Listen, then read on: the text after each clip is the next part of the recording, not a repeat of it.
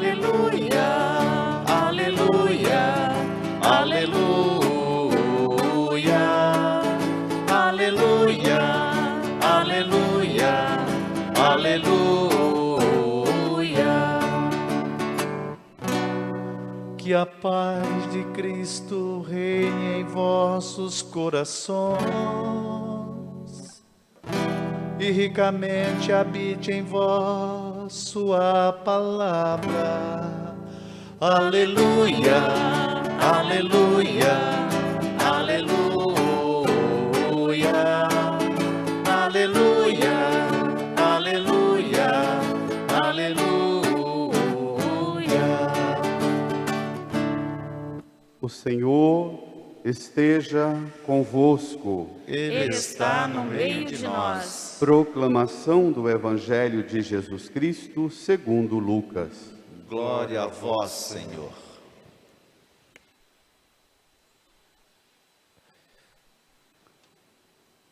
Quando se completaram os dias para a purificação da mãe e do filho, conforme a lei de Moisés, Maria e José levaram Jesus a Jerusalém, a fim de apresentá-lo ao Senhor. Conforme está escrito na lei do Senhor, todo primogênito do sexo masculino deve ser consagrado ao Senhor. Foram também oferecer o sacrifício, um par de rolas ou 2 pombinhos, como está escrito, como está ordenado na lei do Senhor. Em Jerusalém, havia um homem chamado Simeão, o qual era justo e piedoso, e esperava a consolação do povo de Israel. O Espírito Santo estava com ele e lhe havia anunciado que não morreria antes de ver o Messias que vem do Senhor. Movido pelo Espírito, Simeão foi ao templo. Quando os pais trouxeram o menino Jesus para cumprir o que a lei ordenara, Simeão tomou o menino nos braços e bendisse a Deus. Agora, Senhor, conforme a tua promessa, podes deixar teu servo partir em paz.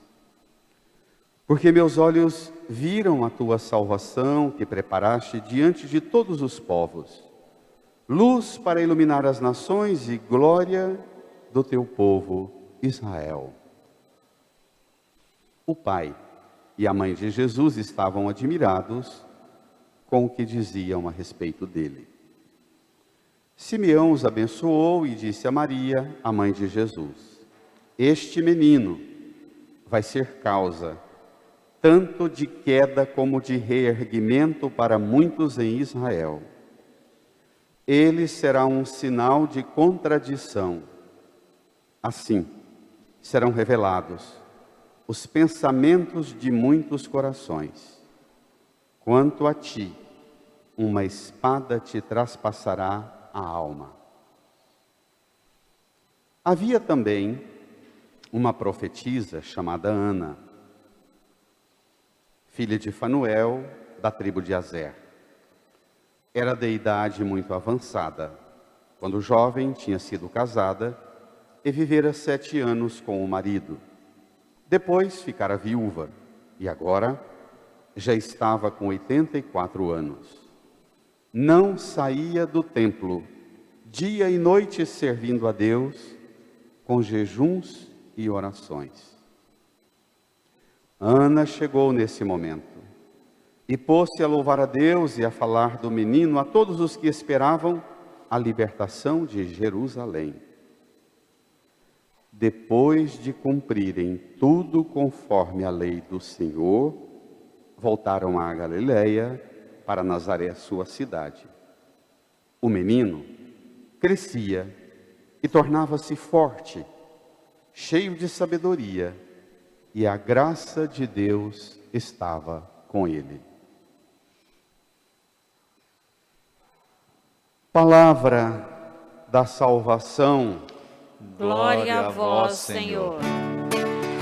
Aleluia, aleluia, aleluia,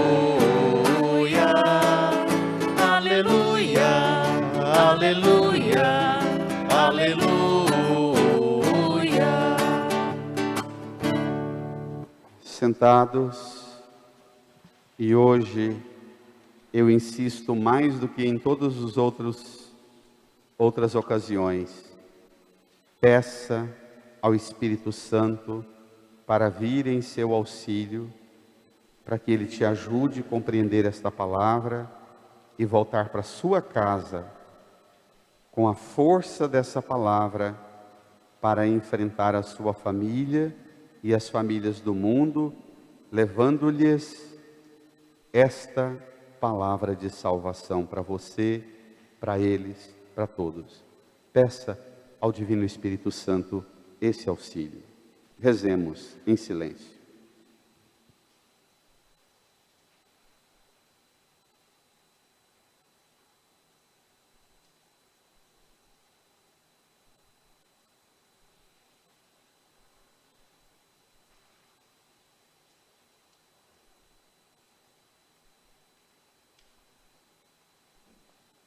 Amém. Irmãs e irmãos, nesse clima do Natal, a liturgia desse tempo, chamado tempo do Natal, tem uma dinâmica muito do Espírito Santo. Na noite do Natal, os anjos chamavam os pastores e a nós para contemplar um menino envolvido em faixas e colocado na manjedoura. Hoje, sempre o primeiro domingo depois do dia 25, se celebra a festa da Sagrada Família. Hoje a gente amplia o olhar do menino Jesus, a gente abre a visão e olha a família onde ele nasceu e onde ele foi criado. E assim, a gente vai ampliando a visão até chegar na Epifania, na manifestação do Senhor, diante dos magos, como luz para todas as nações, para todos os povos. É uma pedagogia bonita, do mais íntimo de você com Ele, lá na manjedoura, a Sagrada Família e o mundo beneficiado por sua chegada. Os textos de hoje falam-nos da Sagrada Família e o tempo inteiro remetem-nos para a nossa família. Porque é isso, a pedagogia de Deus é esta. Ele nasce numa família para mostrar para nós o que é a família no plano dele. Deus escolhe ter um pai e uma mãe aqui na natureza, na carne e na natureza da adoção, para que cada pai e mãe descubra a partir do próprio Deus o que é a missão de pai e mãe, de esposo e esposa. Nós vivemos tempos dificílimos e eu queria que a gente partisse a primeira leitura, a segunda leitura, o Salmo.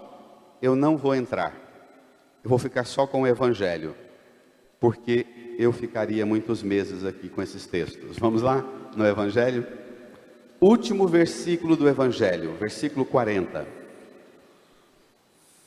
Lucas, capítulo 1, desculpe, não é primeiro, não é? Capítulo 2, versículo 22 a 40. Para quem acompanha depois na internet. Lucas, capítulo 2, versículo 22 a 40. No versículo 40 diz assim: depois de todo o rito de Maria e José apresentarem o menino Jesus no templo, vamos 39 e 40. Depois de cumprirem tudo conforme a lei do Senhor, encontramos? Voltaram a Galileia, para Nazaré, sua cidade. Olhe só o que acontece nessa volta. Juntos? O menino crescia e tornava-se forte, cheio de sabedoria, e a graça de Deus estava com ele. Minha gente, a pergunta extremamente importante, mas profundamente desconfortável. Onde foi que nós erramos, que não conseguimos hoje mais, na família cristã católica, garantir que os nossos meninos e meninas cresçam, se tornem fortes, cheios de sabedoria e a graça de Deus esteja com eles. Nós conseguimos essas 4 coisas picadas. Às vezes os meninos até crescem e se tornam fortes, mas frágeis na sabedoria. Às vezes intelectualmente elevado na sabedoria, na compreensão, primeiro lugar em tudo, presta concurso em tudo e passa em tudo. Sabedoria, mas frágeis emocionalmente, psicologicamente. Às vezes, meninas, meninos, rapazes e moças, e até homens e mulheres, varões que se casam e não atingem um progresso e uma maturidade, que o ápice da maturidade é exatamente crescer, se tornar forte, cheio de sabedoria e a graça de Deus com ele. Nós, católicos, temos perdido, mas perdido dramaticamente a queda de braço para as novas gerações. Nossos filhos, nossos netos, nossos sobrinhos não se identificam com a fé tal no molde com que nós nos dizemos portadores dessa fé. E talvez o ponto de estrangulamento mais difícil é: por que nossos filhos não se interessam para o tema da graça de Deus estar com eles? Por que são meninos, meninas, depois rapazes e moças, e depois jovens esposos e esposas, jovens pais e mães, mas, vou usar um pouco marcado pela minha experiência de padre e de orientador da vida da família. Nesses últimos anos eu acompanho a situação dramática de algumas separações. Separações sofridas. A hora que a família pede socorro e que você vai escutar as partes, os esposos, as esposas, em crise, às vezes escutar os filhos, você começa a perceber, escuta um, escuta outro, escuta os pais dela, os pais dele, você começa a perceber: nossa, mas ninguém tem noção de verdade de quem é essa criatura. O que o marido dela, o que a esposa dele fala dela, não bate. É louco demais a desproporção, é descabido demais o relato de um e de outro. E quando você escuta os pais, aí você pensa: meu Deus, mas como pode, se procede o que ele fala, se procede o que ela fala, como pode os pais darem tanto de si pelos filhos e não terem noção de que tipo de filho tem no mundo?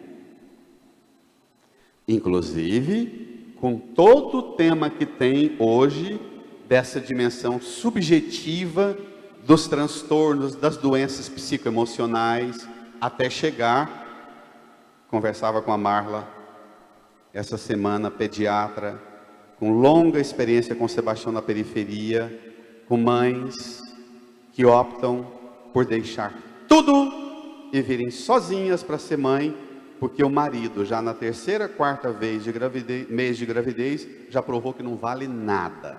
Elas optam por romper com tudo e vir embora do Pará, do Tocantins, do interior do Goiás, do Maranhão, e dizer: vou tocar sozinho, porque não vale uma picada de fumo o pai desse menino. Não é isso que você falava? Pediatras. Onde nós erramos? Por que a família perdeu tanto a queda de braço para as loucuras, para as perversidades, para as doenças psicoemocionais, para a fragilidade, ao ponto de as nossas famílias, da minha geração, dos 50 e 60 para trás, Nós que fomos criados em famílias grandes, com normas e regras bem estabelecidas, nós geramos filhos, netos e sobrinhos que não se interessam e não repercutem o modelo de família que nós transmitimos. Não está assim? Pergunto de novo, onde erramos? A palavra de Deus dá para a gente umas respostas, mas dificílimas de serem engolidas. Primeiro, vamos partir de Jesus. No rito de apresentação do menino Jesus no templo, Simeão pega o menino nos braços. Eu vou fazer uma bagunça hoje com o texto, porque a gente está no clima aí do ano novo, e posso pesar a mão hoje na linha de raciocínio, porque quero desenvolver uma lógica com vocês. Peguem comigo o versículo 34. Depois a gente vai voltar ao começo. Simeão abençoou José e Maria e o menino, e disse à mãe, a Maria, a mãe de Jesus. Leiam. Este menino vai ser causa tanto de queda como de reerguimento para muitos em Israel. Continua. Ele será um sinal de contradição.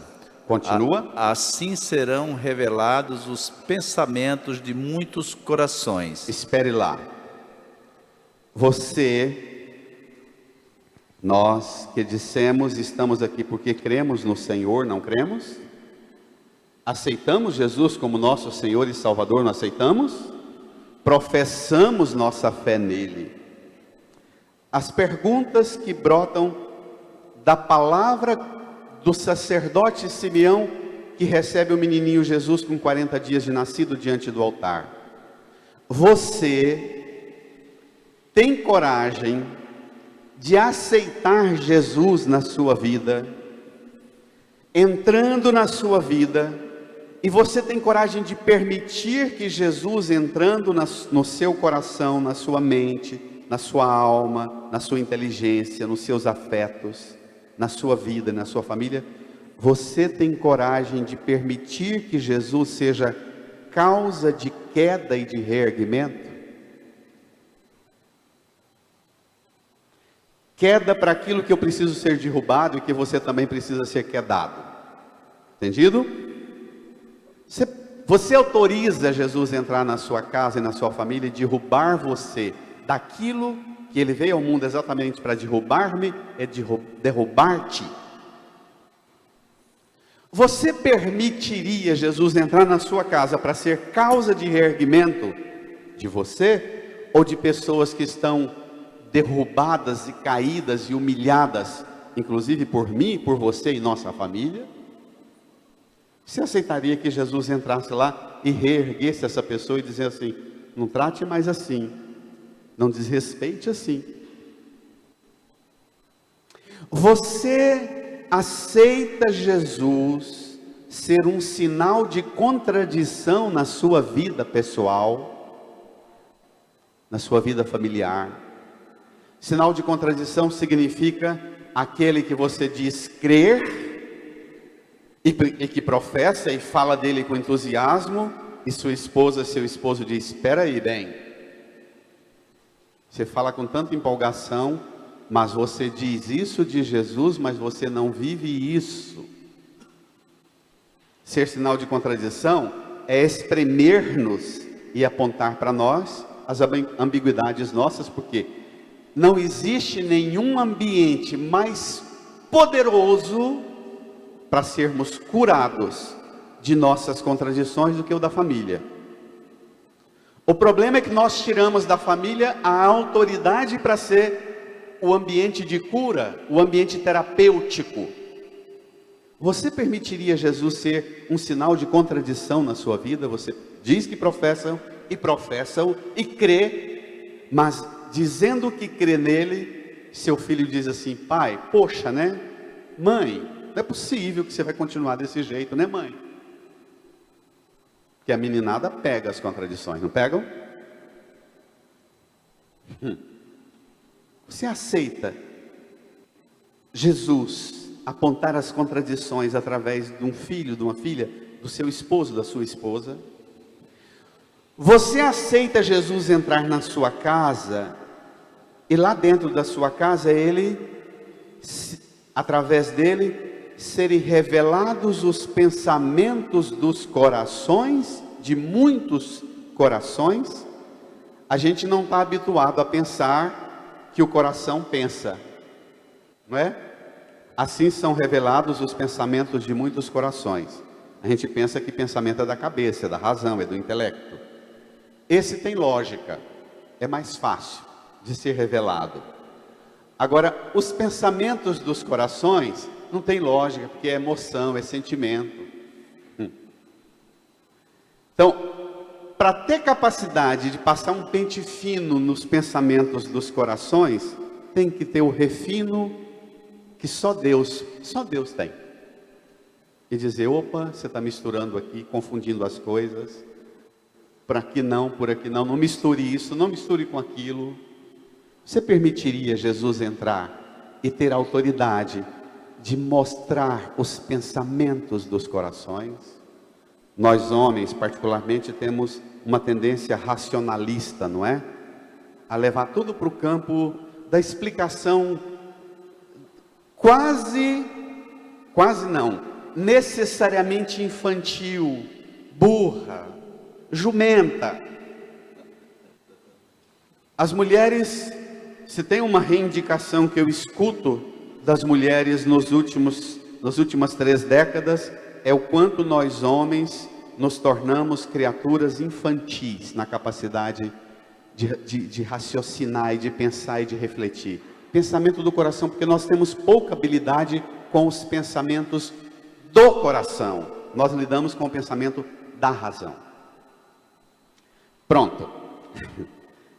Pesado. Eu sei que é para uma virada de 2021, depois da pandemia, esse texto vai pegar. Agora, nós vamos pegar 4 modelos perfeitos, para você não ter absolutamente nenhuma dúvida do que fazer, para que Jesus hoje volte com você para a sua casa e para a sua família, e Ele instaure o reino de Deus na sua casa. Nós vamos pegar 4 modelos infalíveis. Vamos ao começo do texto, no versículo 22.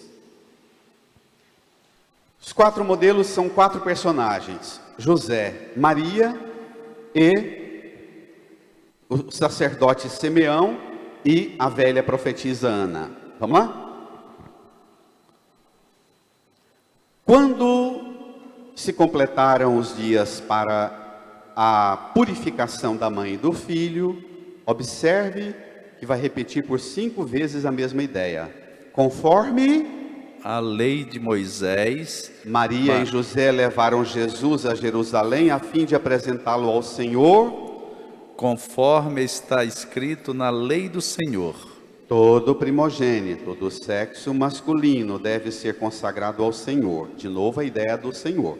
Foram também para oferecer o sacrifício, um par de rolas ou 2 pombinhos, como está ordenado na lei do Senhor. Pronto.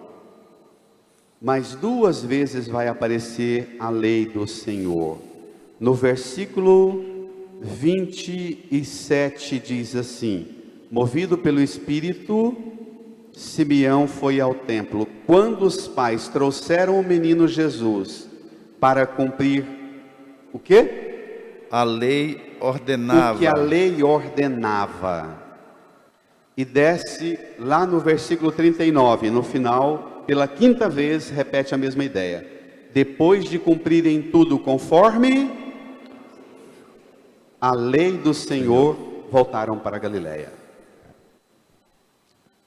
O que fazer, pai e mãe, esposa e esposo, para os nossos lares, para os nossos casamentos, para as nossas famílias, se tornarem ambientes onde as meninas e meninos cresçam,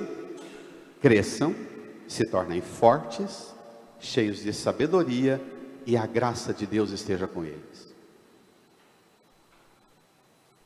Maria e José apresentam um modelo infalível. Reger a vida de esposo e esposa, de pai e mãe, conforme a lei do Senhor. O problema é que casa. Até uns dias antes do casamento vai lindo, mas quando o trem vai espremendo para ficar perto do casamento, começa um padrão de exigência dele e dela, da família dele e da família dela. Quando nasce a criança, mais ainda, ela começa a ter comportamentos com relação aos filhos, e ele também, e começa a dizer assim: lá em casa era... Aí deixa de ser a lei do Senhor e passa a ser a lei natural, dos vínculos da herança familiar. Aí ela começa a empurrar, e ele começa a empurrar a lei do Senhor de lado, e começa a instaurar a lei da minha herança genética, da minha herança familiar, do temperamento do meu pai, do temperamento da minha mãe. Minha avó era assim. A lei do Senhor é jogada de lado e vem a lei dos costumes, dos hábitos, vem a lei biológica, vem a lei cultural. Minha família era assim. Isso existe?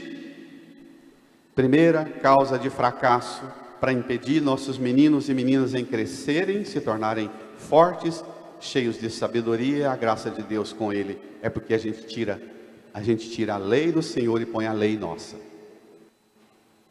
A hora que eles entram na escola, a escola começa a dar uns palpites de deformação na visão de mundo. Você vai na escola e diz assim: tá bom, você está querendo isso, então a gente aceita que você tira o menino da escola, porque essa escola nossa é a melhor, porque forma os meninos para o mercado, para isso. Você fala: bem, a gente vai ter que ceder, porque nossos meninos, nós geramos para o mercado. E aí, a regra da escola, a lei do Senhor sai e entra a lei do mercado. Isso existe? Depois, começam os amiguinhos e a influência cultural, não é? Das modas e das manias das culturas. Você vai espremendo, você vai empurrando a lei do Senhor, empurrando a lei do Senhor, empurrando a lei do Senhor, até que não sobre nada, fique só a lei da cultura, dos hábitos, das tradições, das convenções humanas, e você deu tudo de você, pai e mãe, se matou, perdeu sua saúde cedo, para dar tudo de você para o seu filho, e começa a ver uns filhos mal ajambrados na vida, umas nora desajeitadas, uns genro desembestado, uns trem desacertado, uns trem ruim. Você pensa: meu Deus, onde eu errei?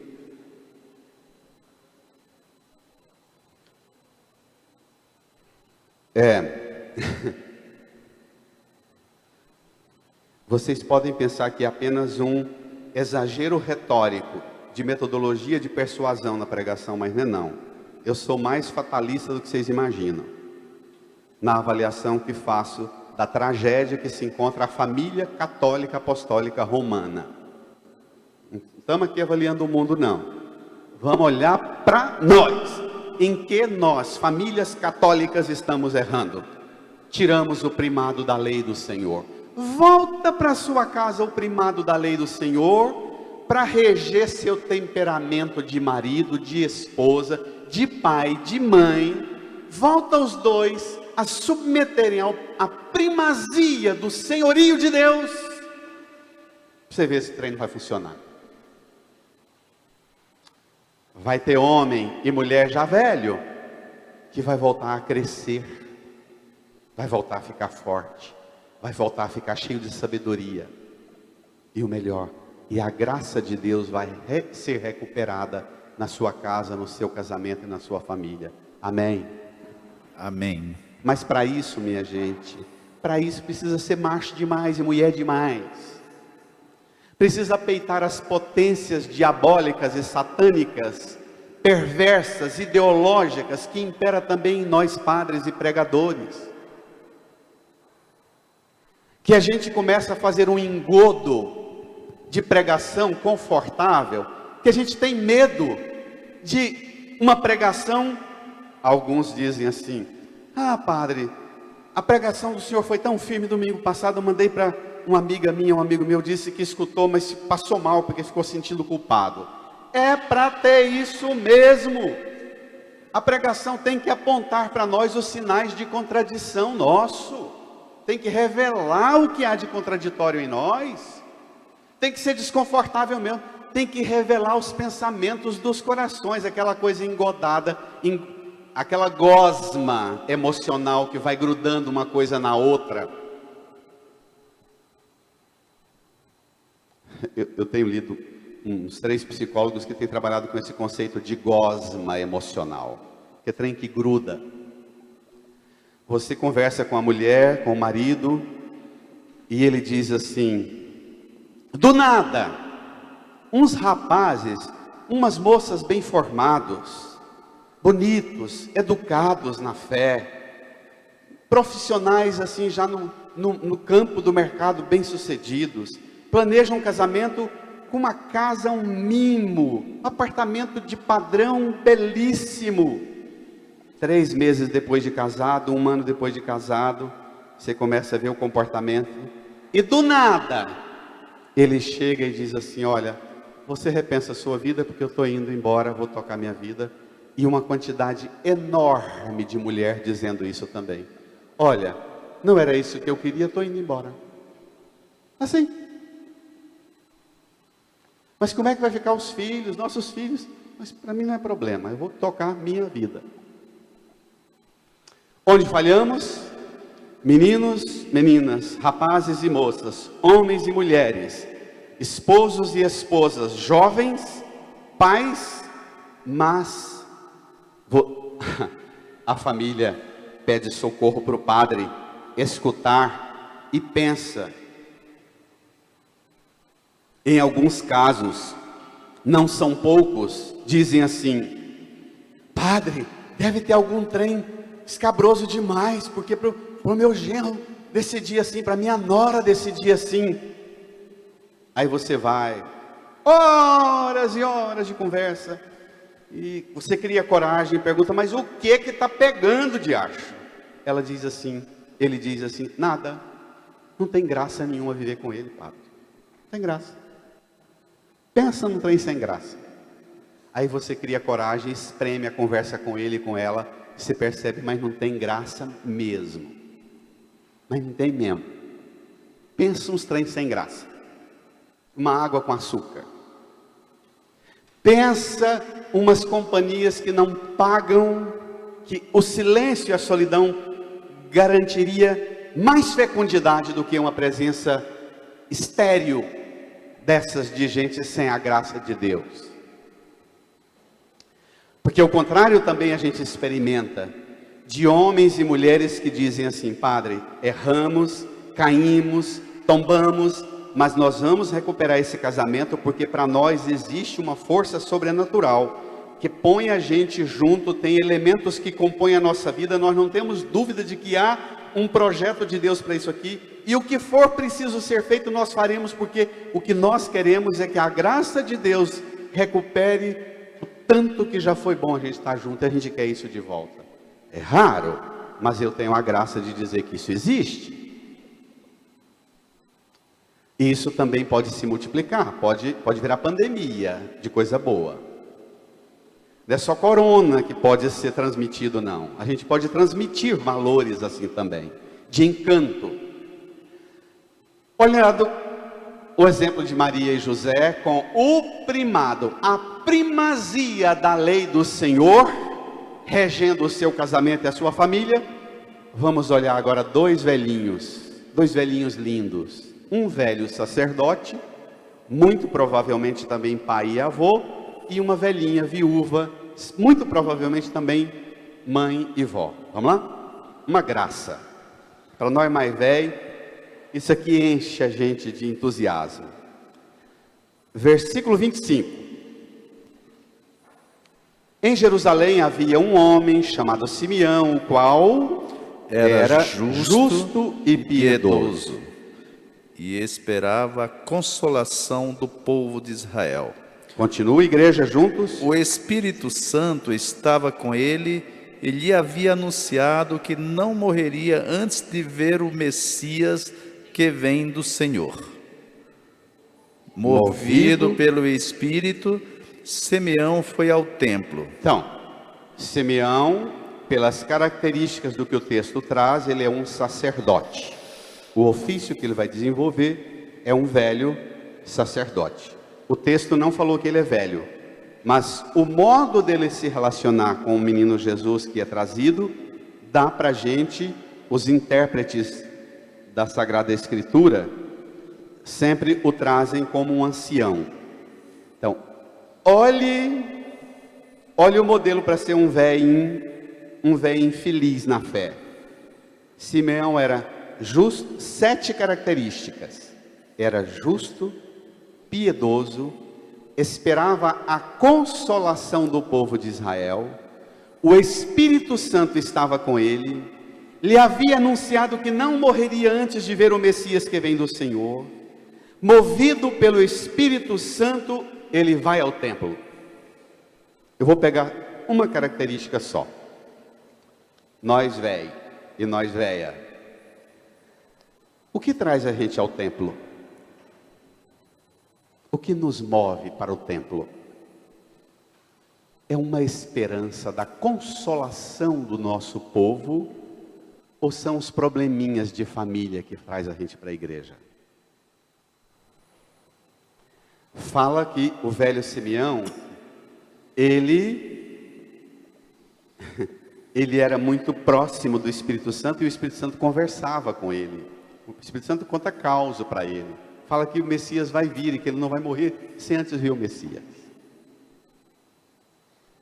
Fala que quando ele vai ao templo, tem uma força que o move. Movido pelo Espírito Santo, ele foi ao templo. Muitos de nós vamos ao templo por costume, por tradição, por hábito herdado de família, de cultura. Perdemos a capacidade de aceitarmos sermos movidas e movidos pelo Espírito Santo. Vem movido pelas dores, pelos exames que vai fazer e tem medo de dar algum diagnóstico errado. Vem movido pelos problemas, que tem medo de terminar 2020 e 2021 não acabar, não superar. A gente perdeu e vai perdendo a capacidade de permitir ser movido pelo Espírito. Quando isso acontece, minha gente, nós transformamos, isso aqui, ele é um sacerdote, está falando de nós padres, sacerdotes. A tragédia que é um padre que vem para o templo, não mais como alguém que é íntimo do Espírito e que vem para o templo movido pelo Espírito, inclusive para falar coisa dura demais. Que o velho Simeão, ele tem duas atitudes agora. Ele toma o menino nos braços, faz uma festa danada, até diz que pode morrer, mas depois ele carca os pregos dizendo profecias duras. Vamos lá? Quando os pais trouxeram o menino Jesus para cumprir o que a lei ordenava, Simeão tomou o menino nos braços e bendisse a Deus. Isso era a própria tarefa de sacerdote, não qualquer sacerdote, um tipo específico de sacerdote no templo de Jerusalém. Pegou o menino Jesus nos braços e bendisse a Deus e fez uma reza. Olha que reza bonita, que reza top desse velhinho. Vamos ler? Vamos rezar juntos? Agora, Senhor, conforme a tua promessa, podes deixar teu servo partir em paz, porque meus olhos viram a tua salvação, que preparastes diante de todos os povos, luz para iluminar as nações e glória do teu povo Israel. Lá em cima falou que ele esperava a consolação de Israel. Agora o velho Simeão pega Jesus nos braços e diz que ele é luz para todos os povos, ele é luz para iluminar as nações. Ele é glória de Israel, mas ele não veio só para mim, só para nós, só para a minha igreja. O velho Simeão pega o próprio Deus nos braços, um Deus que se põe nas mãos do sacerdote, que lembra muito o rito da Eucaristia aqui, Deus que se põe na mão do sacerdote, mas o velho Simeão põe a própria vida e aceita, inclusive, chegar ao fim da sua vida dizendo: Senhor, agora pode deixar o velho embora, posso morrer, tá bom demais o que eu estou vendo. Minha tarefa nesse mundo, Senhor, era rezar, e era cultivar essa esperança, e era pregar essa esperança, e era anunciar ao mundo, aos povos, às pessoas, de que Deus iria pôr um ponto final na desgraça, no sofrimento, na humilhação, no pecado, na morte, nas potências do inferno. Senhor, agora pode deixar-me ir, tá bom demais o que eu estou vendo. Nós rezamos assim quando a gente vem à igreja. Nós também tomamos Jesus na Santa Eucaristia. Nós devemos sair todos os domingos da Santa Missa dizendo: ai, Senhor, agora pode deixar sua serva, seu servo, partir em paz. Às vezes a gente entra ruim, volta pior, cansado com a missa cumprida, que o padre fala demais, e a palavra de Deus, proclamada e pregada, e o próprio Deus, dado em alimento, não muda nada em nós.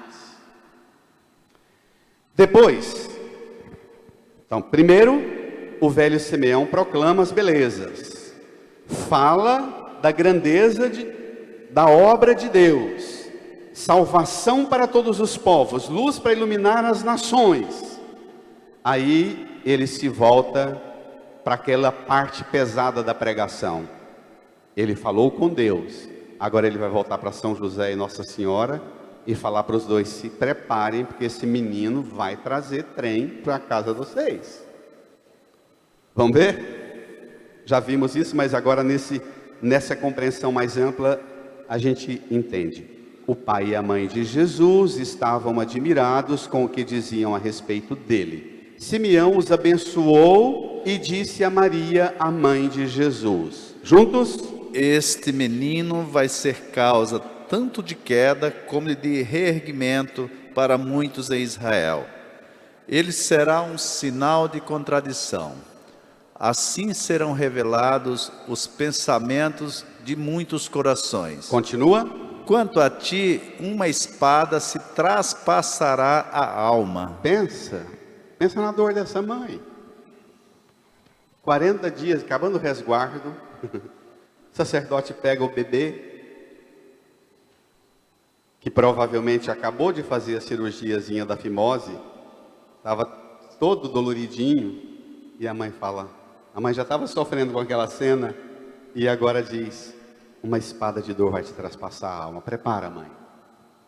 Esse menino não vai vir para deixar tudo normal do jeito que está, não. O padre, do jeito que o padre está viciado em ser padre, o pai, a mãe, do jeito que está viciado em ser pai e mãe, vô e vó, não. Esse menino vai entrar, mas o trem vai mexer, mas vai ser tocado e transformado de uma maneira que ele vai morrer na cruz. Vai ter uma lança que vai traspassar a alma dele, e o coração, o corpo dele, vai traspassar o corpo dele, e a hora que aquela lança traspassar o coração dele, uma espada vai traspassar sua alma. E é sempre assim: sofrimento de filho é sofrimento da alma do pai e da mãe, não é? Tudo que o filho sofre na carne, o pai e a mãe sofrem na alma. Imagine hoje um sacerdote tendo coragem de pregar uma profecia dessa no templo. E é na hora alguém fazer um vídeo, botar nas redes sociais e registrar um BO. Absurdo. O padre jogou uma praga em mim, meu filho. A gente até trouxe um casal de pombinho de rolinha que ofereceu lá no altar, que a gente armou arapuca, porque a gente é pobre. O padre jogou uma praga em nós, mandando desgraça sobre nós. Nós perdemos a capacidade de permitir a autoridade da palavra em pôr a gente diante da realidade mais dura e crua que nós precisamos enfrentar, como pai e mãe, como esposa e esposo, como sacerdote. O papel da palavra, o papel da pregação, o papel do sacerdote, o papel da religião é capacitar-nos e qualificar-nos para um enfrentamento das realidades mais profundas que a gente pensa que não dá conta, Mas se a gente abre como São José e Nossa Senhora para o primado da lei do Senhor, a graça de Deus vem e a gente vence tudo. Amém? Amém. Então vamos agora para a última etapa do texto, que é uma velhinha muito bonitinha também. Vamos lá? A velha profetisa Ana. Havia também uma profetisa. Versículo 36. Vamos lá. Havia também uma profetisa chamada Ana, filha de Fanuel, da tribo de Azer. Era de idade muito avançada. Quando jovem, tinha sido casada e vivera 7 anos com o marido. Agora mais devagar leia e a igreja leia junto. Depois ficara viúva e agora já estava com 84 anos. Não saía do templo, dia e noite, servindo a Deus com jejuns e orações. Espere lá. Uma velha de 84 anos, que ficou viúva depois de 7 anos de casado, muito jovem, provavelmente ficou lá com 5, 6, 7 filhos, para a lógica da época. O texto não fala, mas é provável. A velha Ana, modelo para nós, nas nossas provações e tribulações, modelo para quem, por causa das realidades e das fatalidades da vida, acabou ficando sozinho na sua família, no seu casamento, na condução das coisas. Mas Ana é modelo para aqueles que não se enquadram no modelo marido e mulher, filhos, todo mundo. Que é um índice alto hoje na sociedade. A velha Ana não fez o que a maioria de nós hoje fazemos. Acontece uma tragédia conosco, uma desgraça conosco, uma fatalidade conosco. A gente vai para a igreja para quê? Para arrumar amigo que escuta a gente barulhar e contar a mesma tragédia, a mesma história. Tem umas pessoas que elas passam anos e anos na igreja. Você vai convivendo na comunidade e cria, quantas vezes já fiz isso?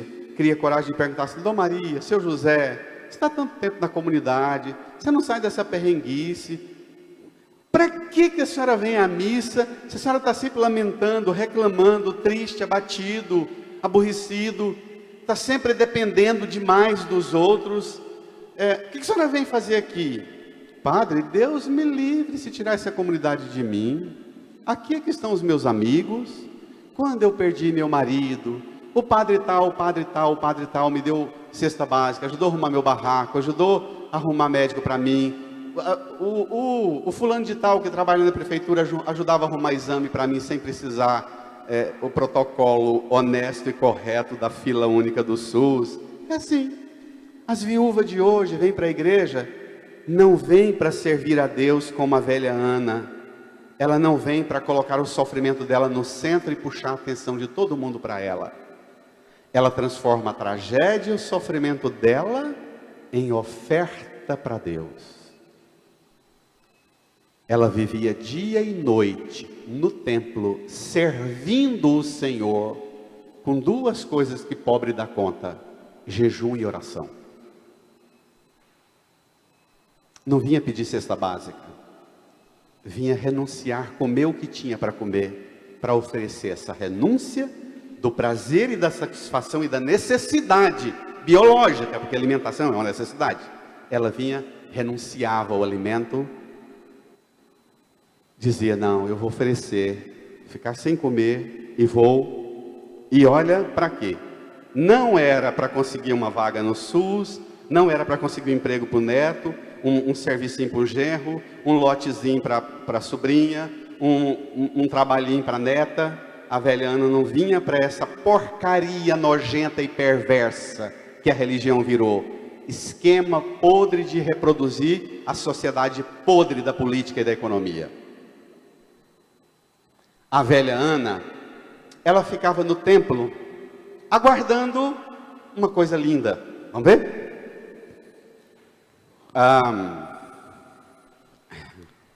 Versículo 38. Ana chegou nesse momento e pôs-se a louvar a Deus e a falar do menino a todos os que esperavam a libertação de Jerusalém. É uma velhinha, 84 anos, que tem uma noção das coisas sagradas. A vida de oração dela e a vida de jejum fez com que ela tivesse noção da Bíblia, que provavelmente era analfabeta, mas sabia das revelações todas da Bíblia. Viu o menino Jesus e põe-se a falar sobre ele, a fazer uma pregação, porque tem intimidade com Deus. Não é a sabedoria convencional da escola, é a sabedoria dos pequenos, dos simples, dos humildes. Começa a pregar, e vira um entusiasmo danado. Ela põe-se a falar a todos os que esperavam a libertação de Jerusalém. Irmã, irmão, o remédio de Ana e de Simeão para nós. O velho Simeão esperava a consolação do povo de Israel. Depois ele fala: meus olhos viram a salvação que preparaste diante de todos os povos, luz para iluminar as nações, glória de Israel. E agora a velha Ana proclama, a libertação chegou para nós. Jerusalém aqui não é apenas a cidade, a capital de Israel. Jerusalém na fé é chamado pelos salmos que a capital do crente, é o lugar onde todo homem e mulher ali nasceu. É o lugar do culto a Deus e, portanto, esse culto mantém-nos numa relação filial com Deus. Então, o modelo de José e Maria, primado da lei do Senhor no casamento e na família, não vai ter a menor chance de não dar certo. Modelo do velho Simeão, uma religião que não tenha medo de cultivar a esperança, de pregar a salvação, de anunciar a salvação, mas apresentar também as exigências de Deus no enfrentamento das contradições daqui. Simeão não é um pregador que prega coisa agradável de ouvir, prega o que nós necessitamos ouvir para que se estabeleça o reinado de Deus. E a velha Ana, uma vozinha, uma velhinha, linda, formosa, com uma fé vigorosa. Bento XVI, num texto belíssimo, meditando esse texto aqui, ele diz que aqui situa, Bento XVI, minha gente, aqui nessa forma de Simeão e Ana viverem a fé, situa o modelo com que o cristianismo deveria crescer e se propagar, não por proselitismo. Bento XVI diz que quanto mais a igreja e a religião precisa de propaganda e de publicidade, mais fracassada é a qualidade dela. Diz Bento XVI que o cristianismo deveria crescer mais por atração do que por proselitismo. As pessoas deveriam ver o vovô, a vovó, o papai e a mamãe, os meninos e meninas voltarem de uma missa dessa, transfigurados, transformados, proclamando as maravilhas de Deus, e dissesse assim: domingo que vem eu quero ir com você. Não dá não, eu preciso beber nessa fonte que você bebe, por atração. Mas o cristianismo virou necessitado de propaganda, e aí para fazer propaganda tem que primeiro fazer campanha de dinheiro para financiar a propaganda. O cristianismo virou empresa de arrecadação de dinheiro para fazer propaganda. Está entendendo o fracasso? Porque a pregação é muito mais desconfortável do que a propaganda, a excitação de que vamos ajudar, o trem vai mudar, enfia a mão no bolso e deu lá, pronto. Pronto. Ah, irmã, irmão, permita, se você está no grupo do velho Simeão ou da velha Ana, permita que o Espírito Santo mova você para essa experiência, para essa qualidade de fé desses dois idosos. Se você está no grupo de José e Maria, como esposa e esposo, como pai e mãe, permita que a lei do Senhor recupere o primado dela na sua aliança matrimonial e na sua casa. Incline a sua cabeça, feche os olhos, e hoje não peça só por sua família, só por você, mas peça a consolação e a salvação para todas as famílias da terra, para todos os homens e mulheres da terra, também para aqueles que nem família têm. Seja você hoje membro da família dos homens e mulheres que nem família têm. Interceda pela consolação deles, pela salvação deles, pela paz, pelo conforto de Deus na vida, no coração, na alma. Onde quer que se encontre cada homem e mulher, peça essa força sobrenatural de Deus, ajudando-os a vencer as provações, as dores, as perdas, as tristezas. Fale, reze do seu modo, dialogando com o Senhor.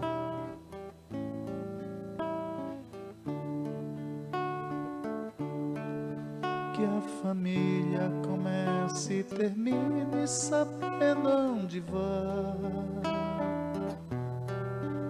e que o homem carregue nos ombros a graça de um pai, que a mulher seja um céu de ternura, aconchego e calor, e que os filhos conheçam a força que brota do amor. Abençoa, Senhor, as famílias, amém. Abençoa, Senhor, a minha também. Abençoa, Senhor, as famílias, amém. Abençoa, Senhor, a minha também.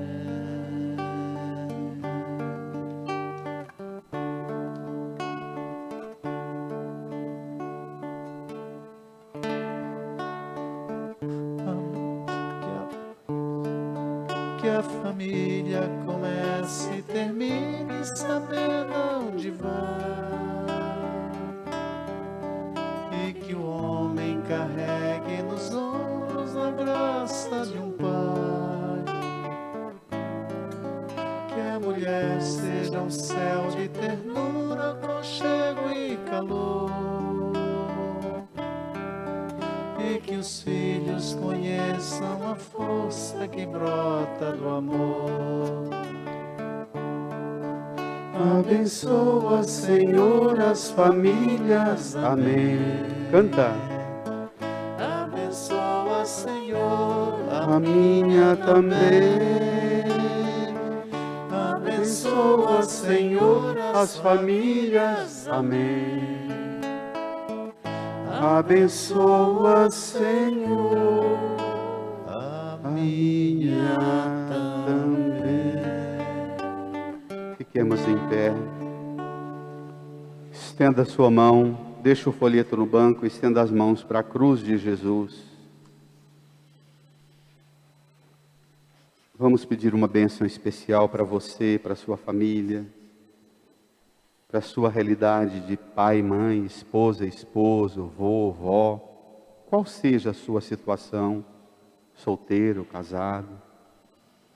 Reze comigo, Senhor Jesus. Senhor Jesus. O Senhor nasceu numa família, O Senhor nasceu numa família, viveu numa família, viveu numa família, sabe da nossa realidade, sabe da nossa realidade. mas numa família, mas numa família o Senhor cresceu, o Senhor cresceu, se tornou forte, se tornou forte, cheio de sabedoria, cheio de sabedoria, e a graça de Deus e a graça de Deus estava com o Senhor. estava com o Senhor. Eu te peço, Jesus, Eu te peço, Jesus, por seu sangue derramado na cruz, por seu sangue derramado na cruz, por sua morte e ressurreição, por tua morte e ressurreição, dá-me a graça dá-me a graça de voltar para minha casa hoje. de voltar para minha casa hoje. Põe a mão no seu coração, incline a sua cabeça, reze baixinho, que eu volte a crescer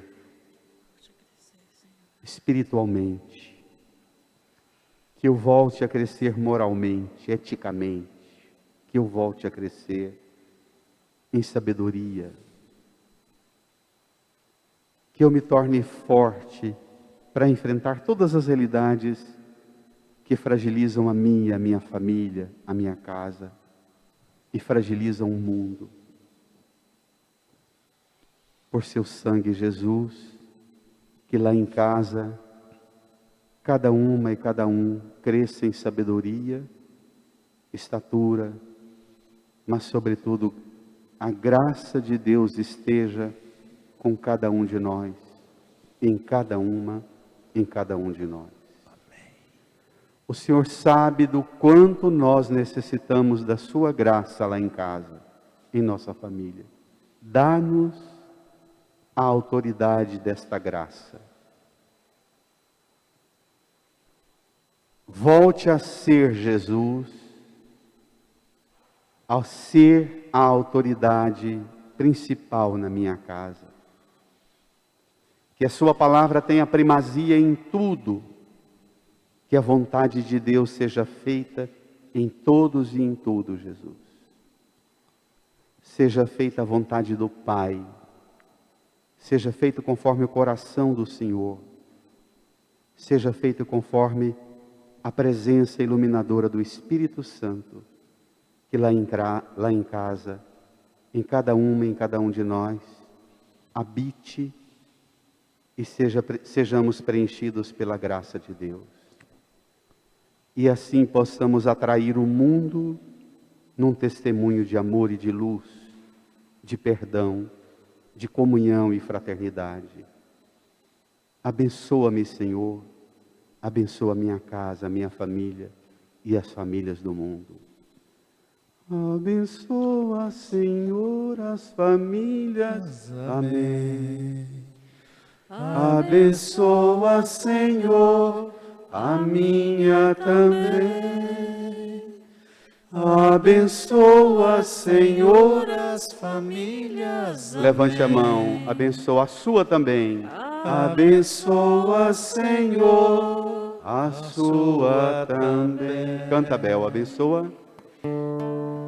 Abençoa, Senhor, as famílias. Amém. Mande a bênção para quem está na igreja, mande a bênção para sua casa. Senhor, a minha também. Mande a bênção para as famílias do mundo. Abençoa, Senhor, as famílias. Para os que não têm família também. Abençoa, Senhor, a sua